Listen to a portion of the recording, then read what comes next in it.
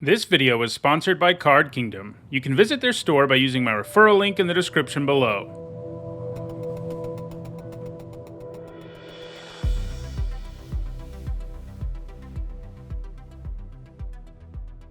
Hi everyone, I'm Nitsa Hone, and today is Wednesday, and that means it's time for the 557th MTG Top 10. In some episodes of this series, I'll look at the most expensive cards in a particular category and explain exactly what makes those cards so expensive, and that's what we're doing today, with a look at the most expensive cards in Standard right now. Many of the most expensive top 10s I've already done end up being dominated by older cards for obvious reasons. So I thought it would be interesting to take a look at only the most recent cards, by looking at cards that are legal in the Standard format. A few things to keep in mind here. First, I'm only using the regular version of cards.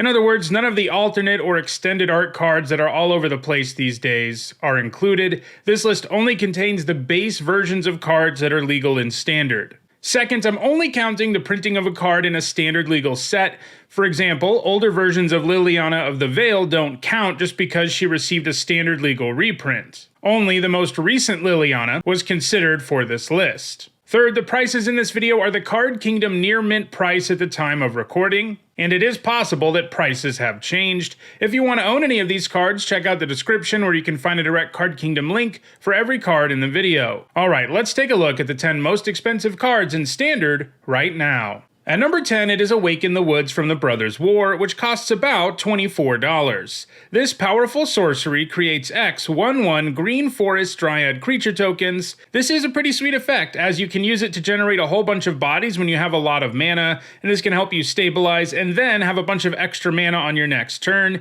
Even if you cast this and only pay like 2 for X, it ramps your mana pretty significantly while adding some bodies to the board.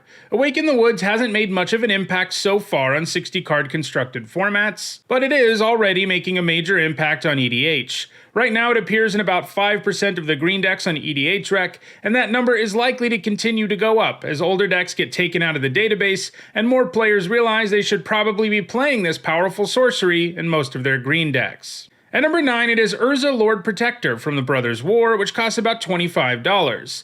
This new Urza is a 3-mana 2/4 that reduces the cost of your artifact, instant, and sorcery spells by 1 mana. He can also be combined with the Mightstone and Weakstone to transform into the absurdly powerful Urza Planeswalker.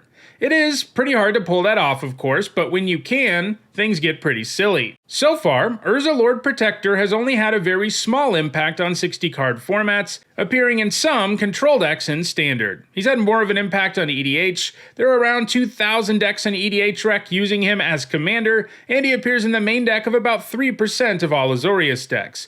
Cost reduction is a powerful thing, and I think he'll continue to maintain some serious popularity in EDH, and he's likely not done in Standard yet either. At number 8, it is Portal to Phyrexia, our third consecutive The Brothers' War card. This one costs about $26.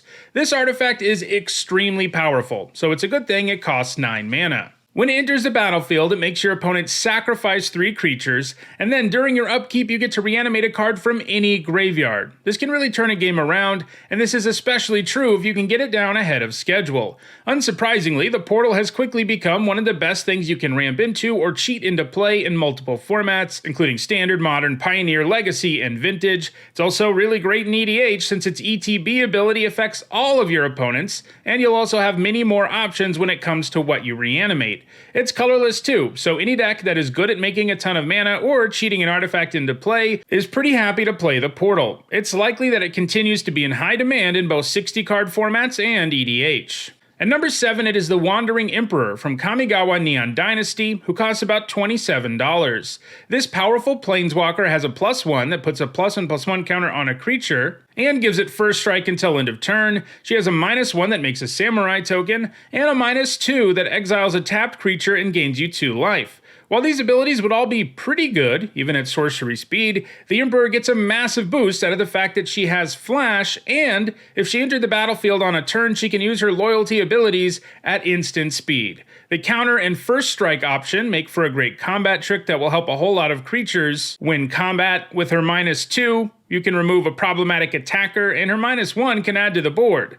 The fact she has flash makes her a great planeswalker for control decks, since they can leave their mana up to use removal or counter magic if they need to, and if they don't need to do that, they can just cast a very scary planeswalker that can take over the game. But she's also really good in aggressive decks, because she can buff your creatures and help you go wide. This has put the Emperor in really high demand in many formats, including Standard, Pioneer, Modern, and Legacy, and she's no slouch in EDH either. She fits great in pretty much any white deck, but can be especially great in decks that are interested in +1/+1 counters. At number 6, it is Ledger Shredder from Streets of New Capenna, which costs about $28. It's also the first non-mythic rare we've seen so far.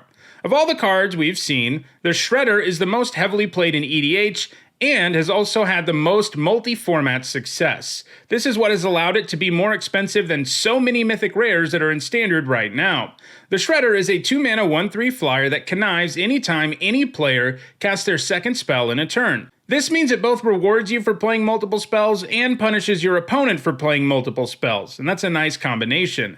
Connive is a great effect too, as it lets you draw a card and discard a card, something that is always pretty great when it's free, but it adds some additional modality. If you discard a non-land card, you can put a +1/+1 counter on the Shredder. This can allow it to both rip through your deck and become a threat all on its own. This video is about cards currently in Standard, so it's kind of funny that the Shredder has not been played a whole lot in that format, but that's okay, because it has quickly become a fixture in tempo decks in Pioneer, Modern, Legacy, and Vintage. It's great for blue commander decks too. The more players there are, the more likely you are to be able to trigger the Shredder's Connive. As a result, it's already in about 30,000 decks on EDH Rec.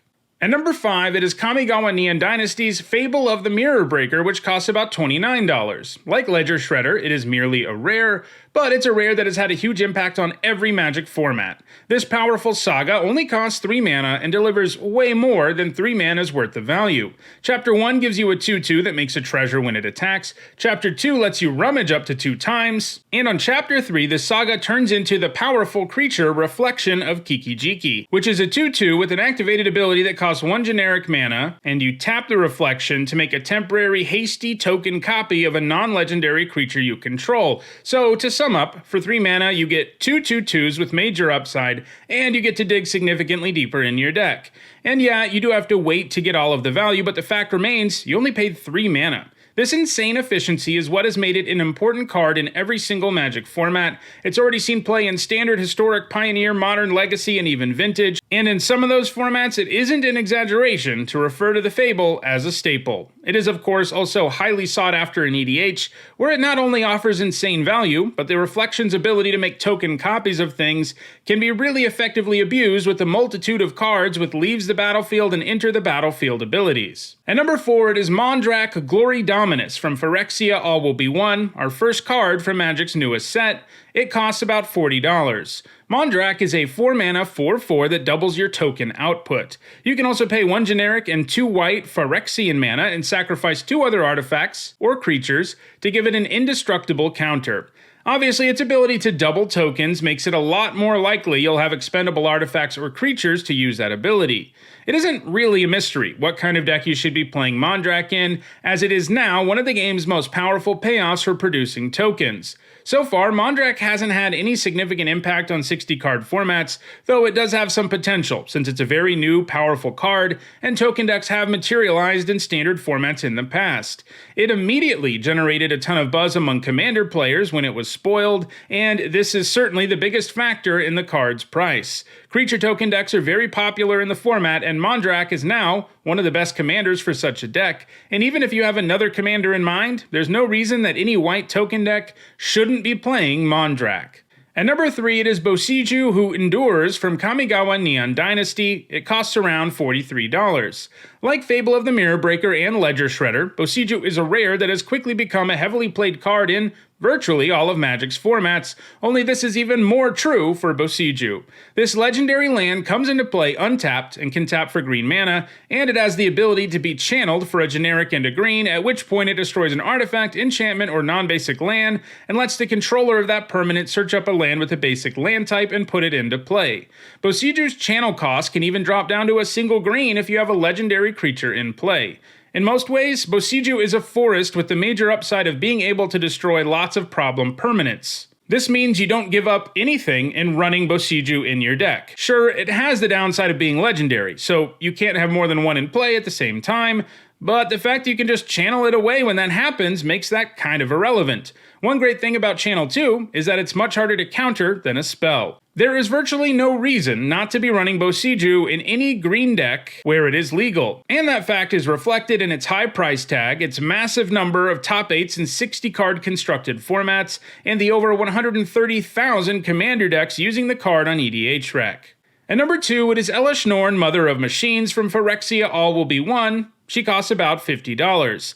This version of Elesh Norn is a 5-mana 4/7 with Vigilance that doubles all of your abilities that trigger from something entering the battlefield and cancels all of your opponent's triggers of the same kind. So many cards these days have these kinds of triggers, so her ability to shut them down and double them is incredibly powerful. Despite being a very new card, Elesh Norn is already impacting Standard, Legacy, Pioneer, and Modern, and it is likely that her impact continues to be felt in multiple formats. Furthermore, she's great in EDH, as she severely weakens any deck reliant on these types of triggers, and there are lots of those. She is of course also great in decks reliant on those triggers. For such a new card, Elesh Norn is already in high demand for 60 card formats and EDH, and I don't think that's going to change anytime soon. And at number 1, probably not surprising anybody, it's Sheoldred the Apocalypse from the Brothers' War, which costs about $70. Like many other cards on the list, Sheoldred has had an immediate impact on all of Magic's 60 card formats and EDH, putting her in high demand for a pretty wide swath of the player base. She's a 4-mana 4/5 with Death Touch who punishes your opponent for drawing cards and rewards you for drawing cards. Drawing cards is, of course, a normal game action that happens every single turn, so she provides at least a 4-point life swing every turn cycle as a result. This makes her an impressive win condition for only 4 mana. I see no reason that she won't continue to be in high demand for all of Magic's formats. So, those are the 10 most expensive cards in Standard right now. If you want to own any of them, check out the description where you can find a direct Card Kingdom link for each card that appeared in the video. If you enjoyed this video, don't forget to like it and share it so that others can enjoy it too. If you want to make sure you catch future videos, don't forget to subscribe. If you want to catch up on past videos, including several more that look at the most expensive cards, you should see some playlists on your screen shortly. Thanks for watching.